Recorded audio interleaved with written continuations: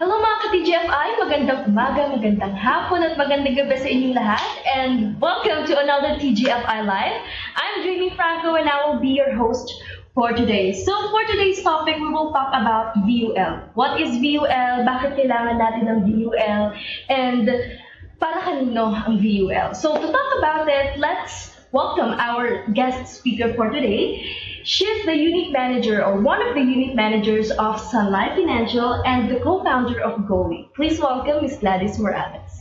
Hi Jamie. Hi mga ka-TGFI. Good morning, good afternoon, and as you said, good evening. Yes. Ayan. So, I know you guys are very excited to know more about VUL, and before that, bago tayo magsimula, don't forget to share this video, and also if you have questions about it, comment lang kayo sa comment box natin para masagot namin yung mga questions nyo, and also we can reply naman dun sa comment box. So, yun.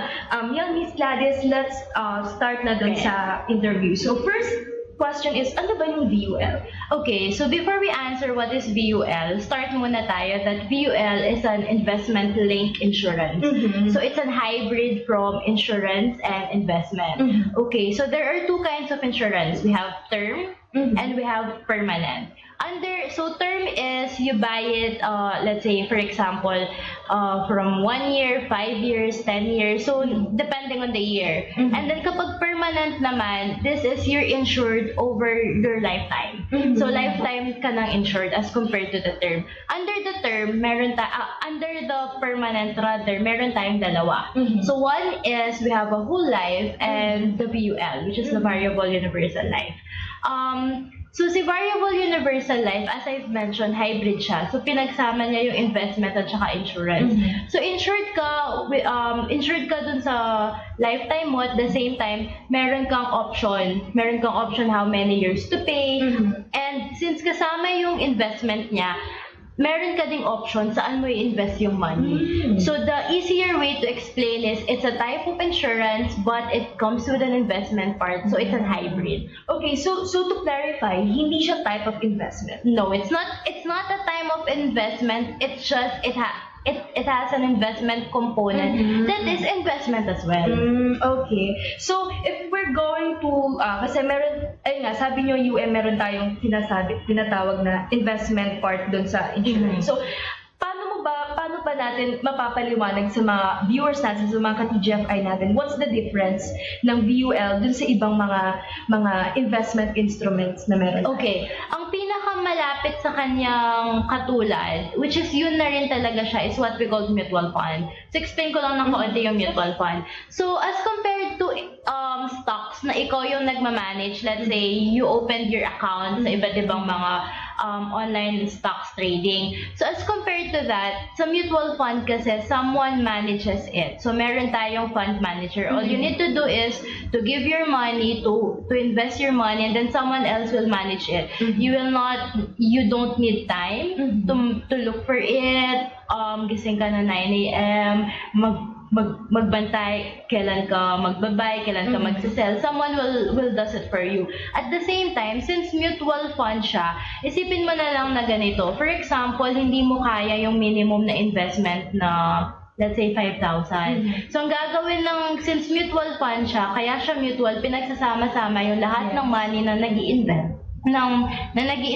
Yung pool na yun yung pinag-i-invest sa stocks din. Sa stocks or bond or dun sa anumang fund na pipiliin mo. The third one is, hindi mo na kailangan ganun pag-aralan. But I highly suggest pa din na pag-aralan mo siya. Kasi later I will explain para kanino yung VUL. Ang target naman natin is, kung kaya mo siyang pag-aralan, why not? So you can diversify your other investment as well. So going back, si VUL, kinukuha niya yung mutual fund component. So, it's like an insurance plus a mutual fund component. So, yung part ng mutual fund na yon, depende sa pipiliin mong fund, doon siya i-invest. Okay. Pero yun nga, Ms. Gladys, isang question lang din. Kasi, of course, Filipinos, takot sila sa scam eh. Yeah. And some of us, hindi talaga alam kung ano yung VUL. Yeah. So, syempre, ang iisipin nila, scam ba to or meron bang na-scam because of VUL? Can you tell us? One thing is, the ones that offer VULs are credible companies. So they've been staying for more than 100 years. For example, Sunlife has been staying for more than 100 years. At the same time, they're not investing their money pabalik kay Sunlife. They're actually investing their money to the stock market, to the bond market, to the even index fund. So meaning, hindi siya scam simply because yung money mo pinang-i-invest sa ibang mga companies. And so it is safe to say na hindi siya scam. No, hindi siya scam. So aside from the fact that yung mga companies natin are licensed by SEC, so syempre, the years and service and then highly regulated po ang investment services, specifically insurance and mutual funds in the Philippines. So they're covered by SEC and at the same time covered din sila by Insurance Commission. Okay, so for other investments, ito po, hindi, just to clarify then for our TGFI, this is not guaranteed, right? This is not guaranteed. Fund value na meron. Okay. Yeah. If they want guaranteed, as I mentioned kanina, one type of the permanent life insurance is what we call whole life. So whole life, dun yung may guaranteed cash benefit. So variable, since it is invested to the stock market or bond market, kung ano yung risk na tinatanggap ng stock market at bond market, yun din yung risk na tinatanggap ng VUL. Okay. So, well, eto naman, siguro naman medyo naiintindihan na nila yung ibig sabihin ng VUL. And paano mo malalaman, Miss Gladys, kung para sa'yo yung VUL? Para kanino ba? Okay. Para kanino yung VUL? First is, I got my first policy, I think, early 20s, in my 20s, so 2021. VUL is for the people na number one, nag-i-start pa lang. That they cannot really study the market, wala silang ganun kalaking amount. That's the second one. So first is the knowledge. Second is the amount to invest. Third is para sa mga taong hindi disiplinado. Can you elaborate na? Sorry to say, pero stock market is something that you need to be disciplined of. You need to force yourself, you need to motivate yourself to study the market regularly. And at the same time, kahit sasabihin nilang you're invested to top corporation, may mga times pa din na kailangan mo siyang bantayan. What VUL does, especially almost all companies, meron tayong tinatawag na auto-debit arrangement. So, kapag auto-debit arrangement, automatic na siyang natatanggal sa account mo. And since alam mo na para lang yung kuryente, naaalala mo na nagbabayad ka every month. So, as in regular ka nagbabayad, hindi ka tulad pag stocks, kung hindi ka pa disiplinado, well, I'm talking on behalf of myself, kasi ako na nag-start, before ako nag-VUL, may stocks na ako. Oh, wow. But hindi ko siya nadadagdagan. Kasi parang, okay, later na lang, hihintayin ko na bumaba yung market. Hindi ko naman siya sinecheck. So, hindi siya nakakapag-form ng behavior. The third reason, kung di ka disiplinado, VUL forms a habit. Kasi regular yung billing mo, regular kang need na magbayad. So it's best for the people who are starting, who doesn't have any knowledge or little knowledge about investment. Second, yung mga walang time na mag-aral, walang time na magbantay. Third are for those people na hindi pa ganun kadisiplinado or wala pang habit on investing. Parang expense pa sa kanila yun. Yeah. Can you tell us, why is it important na magkaroon ka ng VUL as early as possible? Or Okay. Actually, tama na may mga taong hindi kailangan ng VUL. But almost everyone needs insurance. So again, as I've mentioned, this is not purely investment. So insurance is needed. Ang question na lang is anong type of insurance ang kukunin mo. So para dun sa mga mga nagsasabing hindi nila kailangan ng VUL, I think they're referring to BTID. So buy term and then invest the difference. Pwede nilang gawin yon. It's totally okay. As I've mentioned, kung wala kayo sa tatlo, meaning you can study the market, you know the ups and downs, you know when to buy, when to sell. Or second, may time ka talaga. As in, aside from your work, you can actually allot time for it. Third is discipline ka na. Then, do not buy a VUL. Buy a term and then invest the rest. But if you fall to the other parts, it's best to buy VUL. At the same time, I know a lot of people too that knows how to invest in the market, but they chose to invest in VUL or even mutual fund kasi mas malaki yung kinikita nila. Kasi kapag hindi ka talaga marunong, I mean, the average return of VULs invested in stocks is at 10%, di ba? Yeah. At 10% annually. So, kung hindi mo kayang pantayan yung 10% annually na yon, it's best that you let other people invest for you, like manage the fund for you. You just focus on your strength, like you focus on your work, you focus on your... I know a lot of people who invest in VUL na nagne-negosyo. Yung alam mo yon, these are excess cash. These are investment. Okay, we just focus on the investments, on the companies that we have, on the franchises that we have, and then we'll let just other people manage the fund. So it's also possible that way. Okay. Pero, ayun nga, one of the reasons din siguro why other people na hindi masyadong believe sa VUL is because they think it's expensive. So, is it really expensive kumuha ng isang VUL? Mas expensive siya at the start. Mas expensive siya from the start. Kung i-compare mo siya sa term. Why? Because ang VUL, 10 years mo lang siyang babayaran, pero let's say, you're insured up to age 88 or up to 100. So, meaning, mahal siya kasi for the 10 years, binabayaran mo na yung duration na yun. As compared to term, ang binabayaran mo lang, let's say, 1 year, 5 years, 10 years. So, comparison talaga at the start, mas mahal siya. At the same time, you need to compare it apples to apples. Since may investment component siya, hindi naman lahat napupunta sa insurance. Yung iba napupunta sa investment on the later period. May dalawang school of thought. Number one, it's more expensive at the start as compared to term. Second school of thought, mas mura siya kasi babayaran mo at an early age.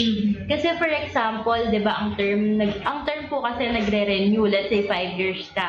After 5 years, magre-renew na naman depending on your age. Remember, insurance will always depend on your age and your health condition. So by the time na 'yon, possible na mas mataas ang mas mahal na yung term. So, as I've mentioned, mas mahal ang VUL from the start, and mas mahal siya kasi may investment component siya. And then, but possible on the whole duration, mas mura siya sa term kung tatanggalin mo yung investment component dahil dun sa age na binayaran mo na siya. Okay.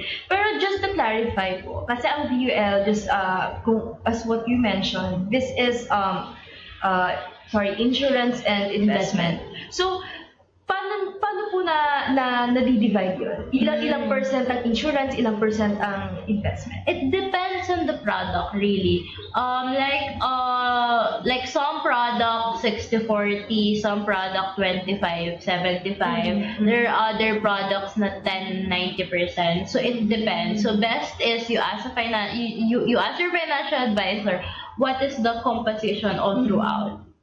Okay, so hindi lang isang product ang VUL. Meron pong VUL is a term of a life insurance, and then depende sa company, may iba't iba silang product.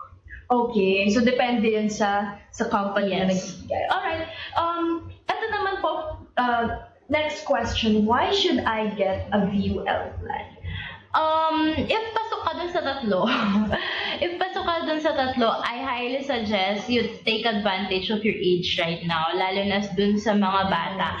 Kasi sobrang expensive na niya kapag tumatanda ka. At the same time, wala kang guarantee. Kasi if something happens to you, possible na ma-decline ka. Like, you will not be able to get a VUL. And at the same time, for those who are starting their work, Yung kakalabas lang ng school, Fresh nag-i-start sa work, it's best. Kasi parang wala kang iintindihan, but iba yung feeling that it builds habit. Like whenever people ask me why should I get VUL, one reason that I always say, it builds habit. It builds habit that number one, you started with the bottom of the pyramid, of the financial pyramid, that you start with the protection. At the same time, it builds habit kasi regularly kang sinisingil, regularly kang binibil. So, nagbibuild siya ng habit. Kasi, I coach a lot of people in terms of their finances, and whenever, ang pinakamahirap, usually nahirapan sila is budgeting. So parang lagi nilang sinasabi na, ay hindi pa yan kasama sa budget ko and all. Pero try it, I'm a believer of zero budgeting. You can search it out or comment, I'll send you the link for zero budgeting. But basically, pag kasama na siya sa budget mo, you have no choice. Like hindi ka naman nag-iisip kung babayaran mo kuryente mo, diba? Sinasama mo na siya agad. Like di ka nag-iisip, sige, next week din ako, next month din ako magbabayad ng ilaw, tubig. Hindi na siya ganun. Pero kapag kasama na siya sa budget mo, kasi as in, okay, next month, alam ko na magbabayad ako ng premium. Okay, next month, kasama na to. Next quarter, yeah, it builds the discipline, it builds the habit. And later on, if you want to invest on Forex, you want to invest on stocks, because I have those investment too. I even invested in like other investment form. But the one that built the habit in me was VUL. The moment I had VUL and I charged them auto debit, I know that the excess, nakaka-build kasi siya ng confidence that you're working on your finances. Yeah. And then by that time, pakonti-konti, nag-aaral ka na, nag-a-add ka na. But again, if you're a business person, if you're an artist, if you have other things that you want to focus your time, maybe VUL is the best product for you para hindi mo na siya iniintindi. Well, kasi meron pong ako may mga kilala ko na gusto nila mag-VUL pero they don't know how to start because of, ayun nga, yung budgeting nila is sobrang, sinasabi nila na sakto na dun sa salary nila and parang hindi na nila kaya pang kumuha ng ganitong policy because of, ayun nga, parang wala na silang pambayad. So, dun na pumapasok yung budgeting. Can you help us or, well, bigyan na lang ng tips yung mga ka-TGFI natin na makapagdagdag ng income so that they can avail a VUL? Okay. First step is you need to ask yourself why you need to budget. That's the first motivation. Bakit mo gustong mag-budget? So reasons probably is ayoko na parang every cut-off peligro yung nararamdaman ko, or natatakot ako wala akong pera, or pag may nagkakasakit mangungutang na naman ako in the cycle. That's one motivation. Another one, which is more positive, is think of your dreams. Think of the things that you wanna do. Do you wanna travel? Do you wanna buy a house? Do you wanna get married? A good wedding? What are those dreams? And it will push you to sit down. And I suggest yung mga mag-asawa, sit down together. And then pag-usapan nyo, you wanna do this budget? Kasi sino ba naman gusto mag-budget, di ba? Aside from the nerds na enjoy yung pag-budget. But if you have that motivation, I will sit down because this is important for me. This is part of my life. This is part of my well-being. I will sit down. So the second part is ilista mo lahat na expenses mo. As in, even yung pamasahe mo, like your food trips mo, and all. Madaming tao, pag nilista nila yan, 15,000 sweldo ko, pero 10,000 lang to expenses na to. Nasaan yung 5,000? So, madaming makikita mo, madaming mawawala. Okay. By the time na sumweldo ka ulit, before ka sumweldo, mag-budget ka na. Sa mga starters, what I usually suggest is, i-withdraw mo yung pera. Like, i-withdraw mo yung cash. Hati-hatiin mo na siya. So, meaning kapag nakikita mong yung food mo is 500 na lang, kailangan mo pagkasyahin yung 500 na yon. Hindi ka kukuha from the savings, hindi ka kukuha from that. The fourth one is you need to stick with that and record. As in, i-record mo siya. And then, after after doing all those things, then you can move on to different budgeting techniques. Kasi na-try mo na yung whole cycle. Kung, ay, ano ba yan? Wala talaga. So, ang gagawin mo is, since alam mo na wala naman talagang isa-save, it's possible I've met a lot of clients na wala talagang isa-save. Because number one, maliit yung sweldo nila, may pinapaaral sila, nagbibigay sila sa mga magulang. So, it's possible. So, the first month, yun lang yung gawin mo. Mag-track ka, mag-record ka. Then, the second month, alam mo na agad kung ano yung gagawin mo. Two things ang possible mong gawin. One is, you expand your income. Kung wala na talaga na kayang i-budget, wala talaga yun. So, gagawin mo is you need to expand your income. You can search for online jobs, mga tutorial services, freelancing, any of that. Magbenta ka like yung online. Ang bilis na magbenta sa online shop ngayon yan. You can try carousel, you can try even Facebook, diba? Sa marketplace, you can do that. Or second is, you try to budget again. Meaning, kung wala na talagang iba-budget, yung food mo, kailangan mo magluto so that makakapagbaon ka. So, ika-cut mo siya half. Or, kahit na yung Starbucks mo na once a month lang, tanggalin mo siya. For now, I'm a believer that you should be enjoying at least 10% of your income. At least, that's the minimum. So yun. So after mo siyang gawin, you can try, kapag na-normalize mo na siya, okay, ito gagawin ko. You can try different budgeting approach. The most popular ones are the 20, 30, 50. So 50 goes to your expenses, 30 goes to your leisure. Ano ba difference ng expenses at leisure? Kapag kape, part siya ng expenses. Kapag Starbucks siya, part siya ng leisure. Okay. And then the 20% goes to your savings. Start with the 20%, but aim to increase it every more often. The ones I personally use now, which I love, is what they call zero-based budgeting. So what is zero-based budgeting?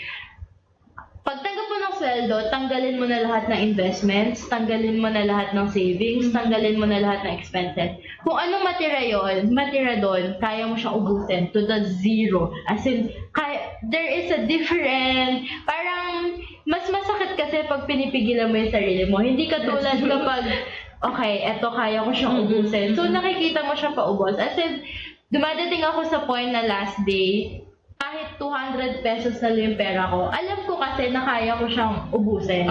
Kasi nag-una na akong magtanggal. So for those na nahihirapan, every time na natatanggap niyo yung sweldo niyo, tanggalin nyo na lahat ng kailangan nyo pambayad, kailangan nyo pang invest, kailangan nyo pang save, and then kung ano man yung material yun, you're allowed to use it. For me, it's the easiest form of budgeting. But again, we have different kinds of budgeting available. Yeah. So, ayun nga, if gusto niyo na mag-try ng VUL, at wala kayong budget, or wala kayong pera for that, start budgeting. Yeah, Because start that's budgeting. one of the most important things para mag-manage yung pera natin. Yeah. So, ayun nga, if ready na sila to do that, meron na silang budget for that, paano po sila mag-start to have a VUL? The best way is usually may mga friends naman kayo that are financial advisors. You can contact them. You can contact me. you can contact me.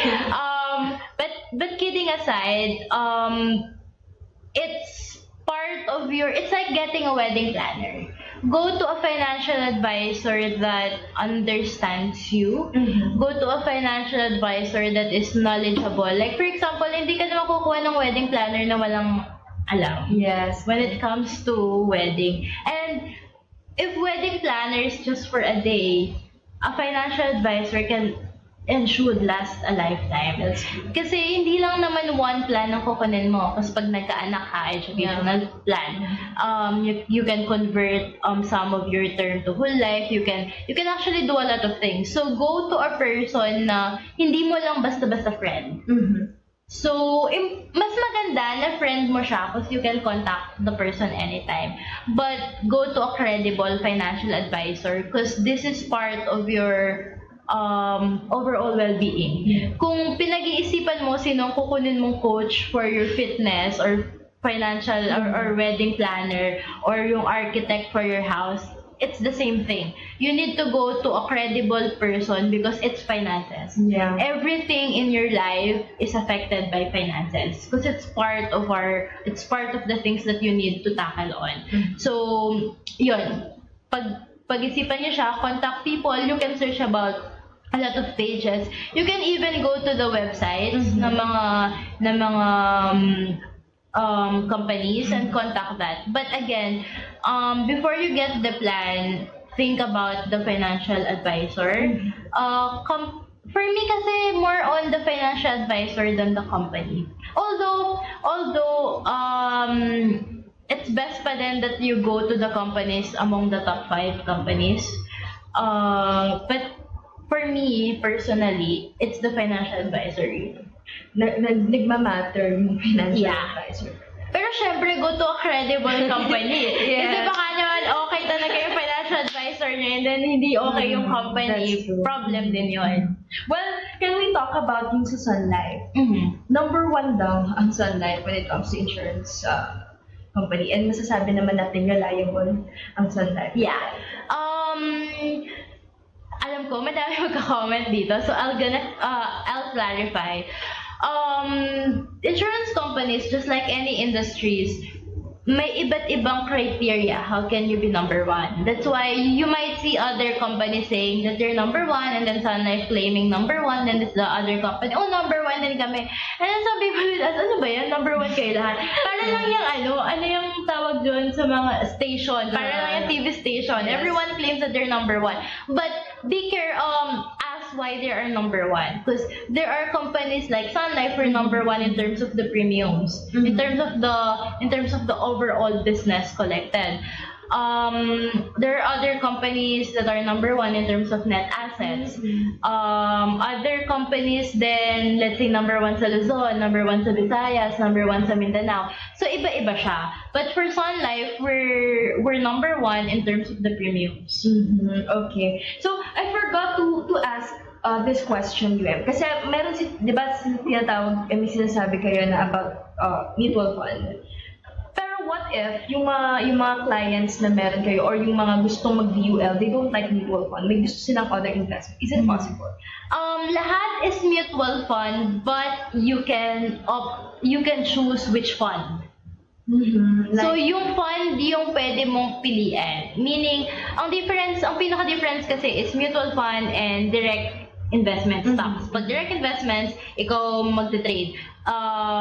Mutual funds, yung galing sa VUL are not being traded. Then you choose the fund. So, we have different funds. So, for Sunlife, we have, and for other companies as well, we have equity. Yeah. So, equity, ito yung mga stocks from Ayala Land, BPI, Jollibee, JFC rather, BDO, SM. So yun yung mga stocks. It's the same as personally investing in stocks. Second, we also have the bonds. So bond naman is mas lesser yung risk niya. Pero mas lower yung return. Ganun naman yung role sa investment. So, bond is actually, it works as a loan. So, medyo, either to private companies, but usually to the government. The third one is we also have balance. Balance is you combine the both. So, there is stocks, there is bond. Tapos, ano pa ba yung meron? We also have index funds. So, ano naman yung index? These are the top 30 corporations in the PSCI. So, hindi si company ang pipili. Basta kung sino yung top 30 na yun yung top 30. Okay. At the same time, meron din tayong mga dollar fund. So, pwede din yung sa dollar. So, you should ask your financial advisor, okay, VUL ang kukunin ko, but anong fund? Kasi usually, your financial advisor will do an assessment. Are you a risky person? Kasi, how long do you intend to make the investment stay? Gaano katagal mag-stay yung money? Kasi kung stocks yan, medyo volatile.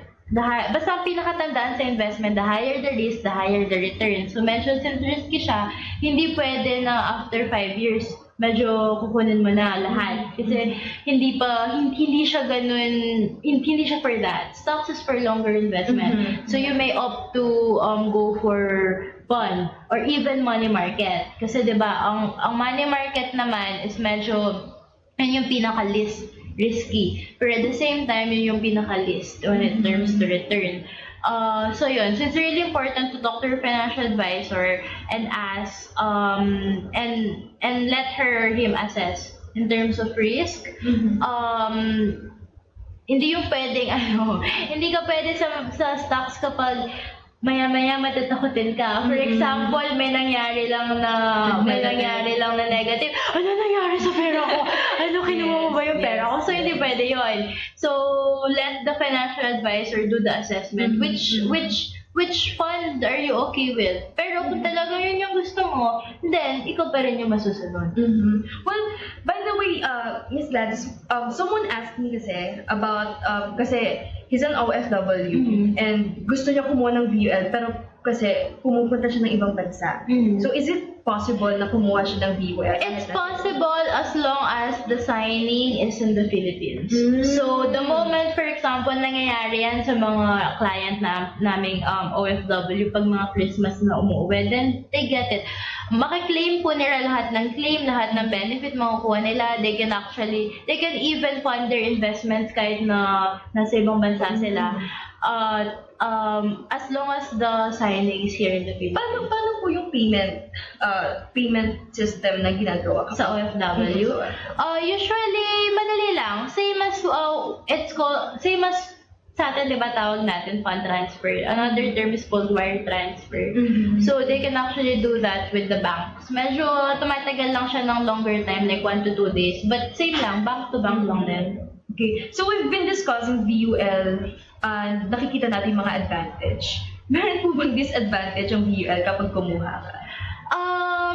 Lahat naman may disadvantage, Yes. di ba? So, personally, disadvantage ang VUL if you compared it to stocks. If you compared it to stocks in the sense na kung talagang, for example, meron kang friend, marunong siya mag-stocks, so sasabihin niya, 24% siya annually or 30% siya annually. So makikita mo, ay, bakit ganun? Ako, bakit 10% lang annually? Simply because mas risky siya. Simply because hindi diversified yung funds. So yun yung isang advantage. Kung hindi mo siya i-compare to apples, mas possible, this is a possibility again, possible na mas malaki yung kitain ng mga nag-stocks kung marunong sila, but possible din na mas malaki ang mas malaki ang malugi nila kasi mas exposed sila sa risk kasi no one manages it. Remember, the fund managers are experienced, certified traders talaga. So they're actually, it's their job. Kaya mas alam nila kung ano yung ginagawa nila. Well, Miss Gladys, I heard it somewhere kasi tinatanong what's the difference between mutual fund and yung VUL. And ang diniscuss kasi or narinig ko is ang VUL is, ang mutual fund is mahihirapan daw in case na may mangyari sa'yong masama, namatay ka, yung fund value, mahihirapan silang makuha yun. While the VUL, mas madaling makuha. Okay. Actually, that is partly correct. Kapag VUL kasi, if you put your beneficiaries on irrevocable, di ba, kapag po namimili tayo ng beneficiaries, pwede natin piliin kung revocable or irrevocable. Kapag irrevocable ang nilagay nyo, tax-free siya in terms of estate.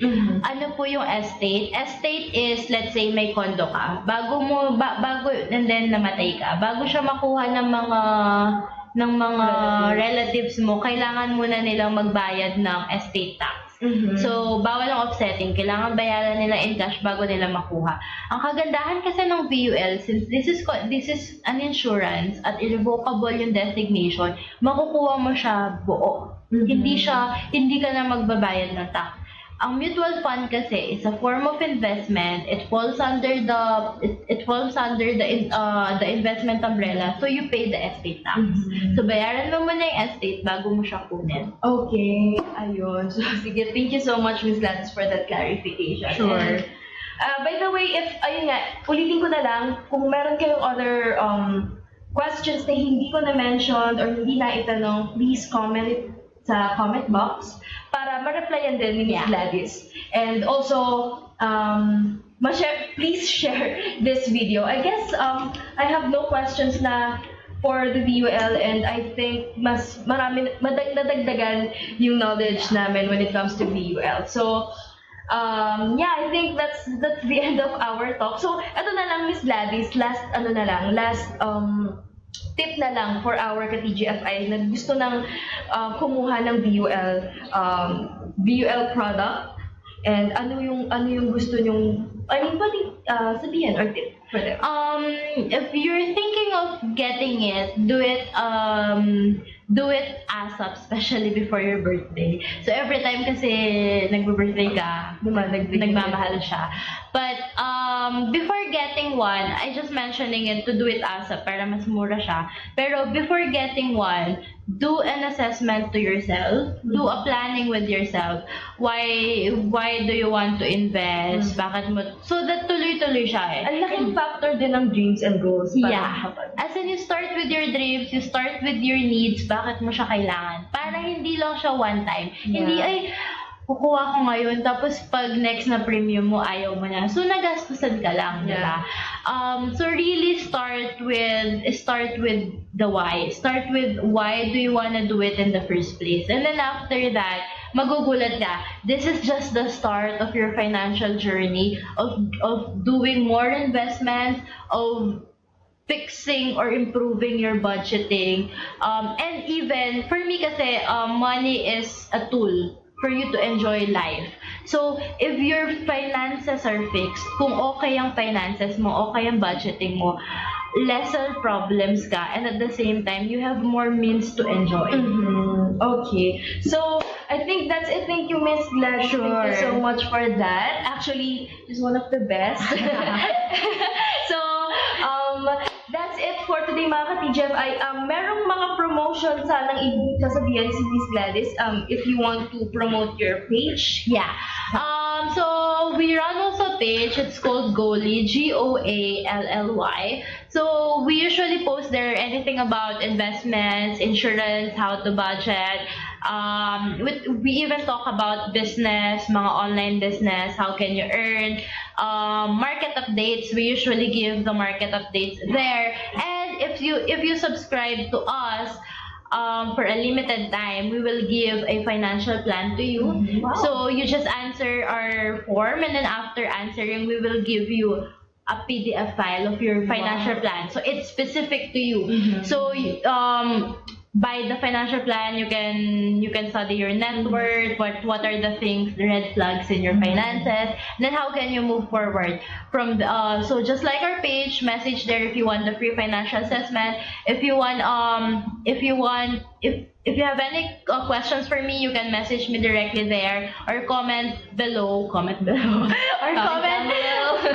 in this live video, and then after that, I will I will have the time to reply to each one. I think we can, pwede din natin ilagay yung link ng Facebook page sa comment box. Alright? Okay. Thank you so much once again, Miss Gladys. And that's it for today, mga ka-TGFI. I hope marami kayong natutunan. And don't forget to like this Facebook page and tune in pa sa mga other webinars or Facebook Lives na meron tayo every Thursday. Okay? Maraming salamat, mga ka-TGFI. See you soon. See you again. Thank you.